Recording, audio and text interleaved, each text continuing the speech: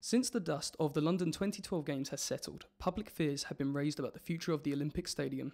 There's concern that this iconic structure might not achieve its true potential. This story sounds familiar, right?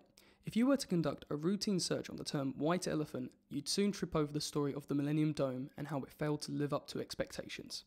The project was originally devised by the Conservative Party during the early 90s, but Labour was voted into power in the 1997 elections. The new Prime Minister Tony Blair opted to continue Sir John Major's scheme.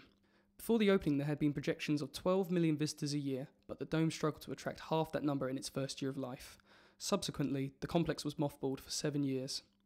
During this period of dormancy, work was underway to transform the dome into what we can now regard as the most successful commercial music venue in the world. During the time the dome had been closed, a deal was conjured up to let the complex to the American Entertainment Group. The dome reopened as the O2. Building the dome in a rundown area of Greenwich was intended to regenerate the area and create job opportunities for the local community. I spoke to Councillor Denise Hyland, the Cabinet Minister for Regeneration of the Greenwich area. Thanks to the success of the O2, Denise Hyland and her colleague Paul Morrissey have been able to reveal exciting projects for the future of Greenwich. The anchor through all that has been the O2, and I think the anchor for local people, why am I putting up with this, is yes, a lot of people have got jobs there. So it's been an incredibly important anchor on lots of levels. From a local level, it's jobs for local people, it's my children are trained there, it's somewhere where I can go and see good artists, to the commercial world saying, actually they've stuck with it and they're making a lot of money and it is successful, there must be something in this. Indeed. So it operates on lots of different levels, I think, and it's not just this 20,000 seat arena. It's an interesting animal. I think also, with regard to the cruise liner terminal, 40,000 people will come on those ships each year, of which they will spend, on average, £300 each. Greenwich-based journalist Christian Silt, who's followed the story of the Dome since its inception, was more than happy to shed light on the differences between the government's and AEG's running of the Dome. The actual structure itself hasn't changed. It's more, I suppose, what they've built around it. And what I've seen, certainly, let's say, in the past 5 to 10 years, is that there's a lot more, like restaurants and businesses and that kind of thing in particular, office blocks, restaurants, cafes, that have grown up around it. Not so much just so inside it, because the structure is still the same. I mean, there's a lot of restaurants in it, probably about 20 or 30 restaurants and a cinema and that kind of thing inside. And they have been there, roughly speaking, from when it reopened after being government owned.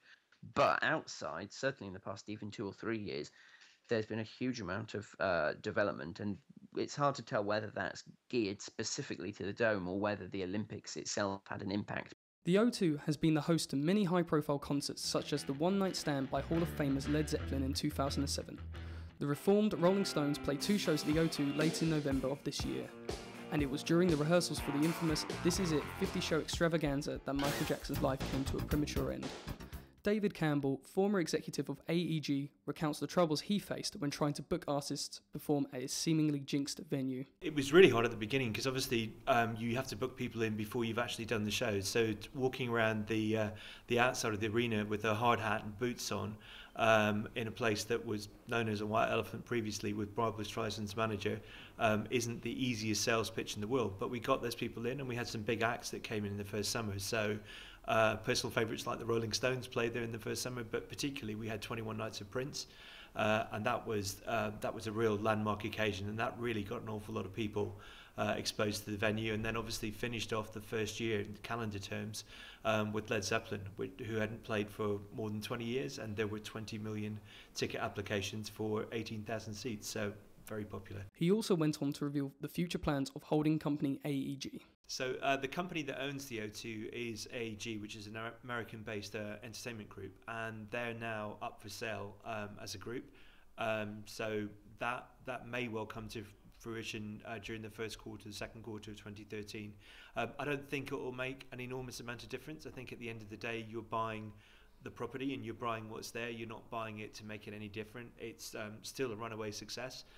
So it's certainly not something you would come in and turn around, because turnaround would make it worse rather than better.